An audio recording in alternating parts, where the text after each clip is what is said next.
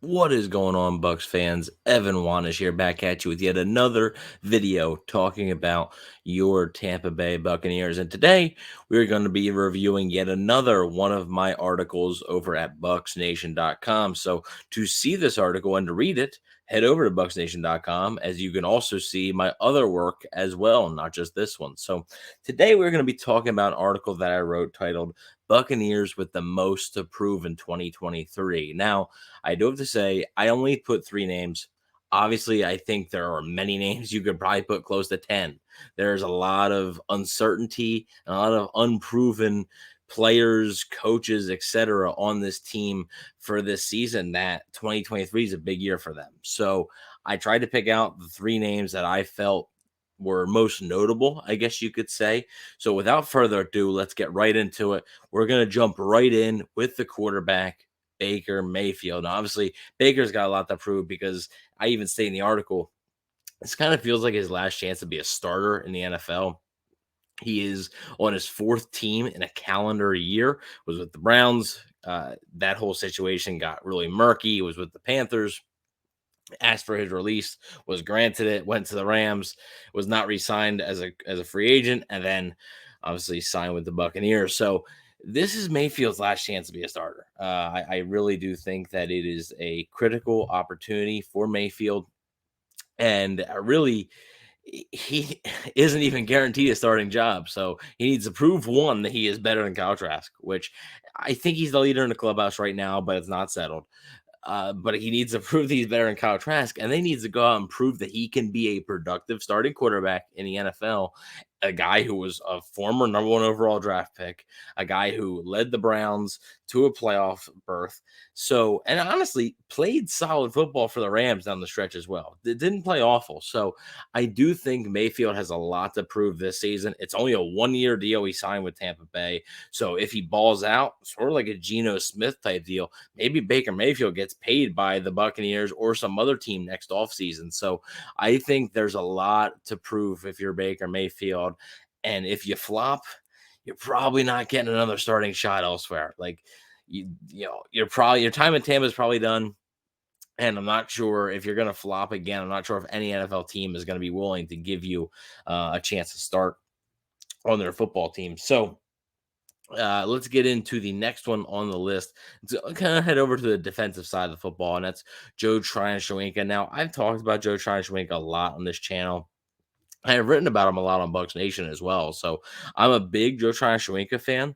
That being said, I do recognize that this is a critical year for Joe Tryon-Shoyinka. This is year three, and I even note in my article like the kitty gloves, they got to come off. Like the kitty gloves, the training wheels, they've got to come off now. It's year three. He's a first round pick. He had 4 sacks in his rookie season, limited role. That was a solid rookie season. They let Jason Pierre-Paul walk in free agency. Joe Tryon-Shoyinka stepped into a starting role, and he had 4 sacks again. Now he did have a lot of pressures, and he just needed to help wrap up his tackling, and he would have had probably 3 or 4 more sacks maybe. But at the end of the day, the results are the results, and the results are you didn't improve at all in your sack totals from the year before. Now, I know sacks aren't everything. They're definitely not everything. However, with a first round pick, when you're picking a edge rusher in the first round, a pass rusher, you want to see those sack totals continue to rise, especially when that guy is getting more and more opportunity. So I think it's safe to say this is an absolute critical year for Joe Tryon-Shoyinka to prove that he is one, a productive NFL player, and two, that he was worthy of a first round selection. Do I think he's an NFL caliber pass rusher? I do. I do think there's a spot for him, but is it more so in a rotation?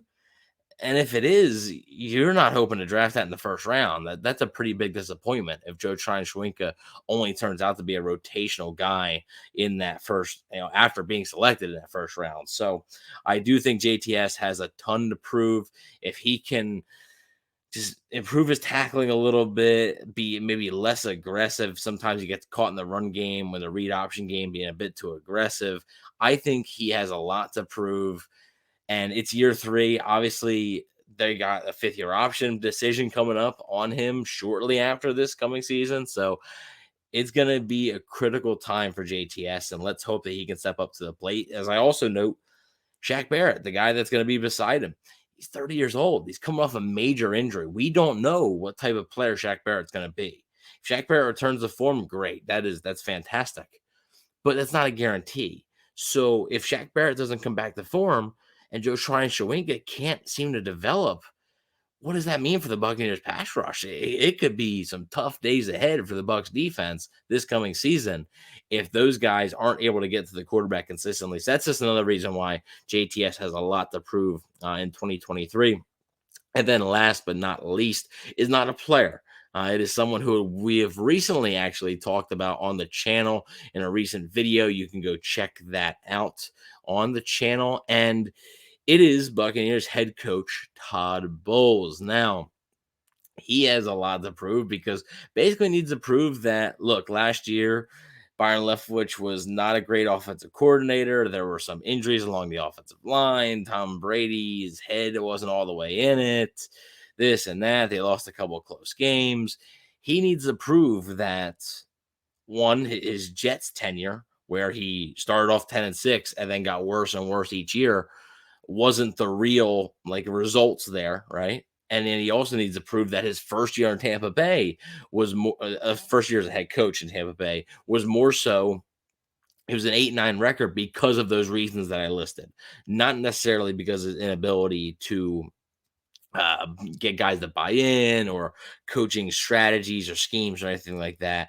I think it's critical for Todd Bowles because, again, he's sort of like Baker Mayfield, where after a head coach gets another shot at being the head coach, if they fail at that, they're probably not getting another. Like they're probably not going to get a third head coaching job elsewhere. So I think this could be it for Todd Bowles. If the Buccaneers do not live up to the Glazers' expectations or Jason Light's expectations, then they decide to move on from Todd Bowles.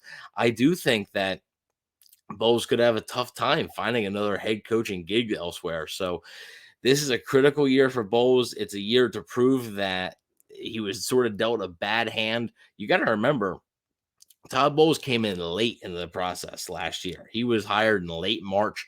The staff it was not really his staff, it was Bruce Arians' staff. Todd Bowles reworked basically almost the entire offensive coaching staff. So it's his chance to prove that the guys he's brought in on the coaching staff, as well as the players that they brought in during free agency and the draft, are of the mold that he wants and are the right guys for the job. So he needs to prove that. If not, he could be looking at just going back to being a defensive coordinator. Obviously, not in Tampa Bay, but it does seem like 2023 is a critical year for Todd Bowles. So let me know what you guys think about Todd Bowles, about Baker Mayfield, about Joe Tryon Shawinka. Do you have any specific Buccaneers player that has the most to prove in 2023? Let me know. Like I said, there's more than three. I just listed three for the article. So I'm very curious to hear what you guys have to say. Please don't forget to like, share, and subscribe, and talk soon.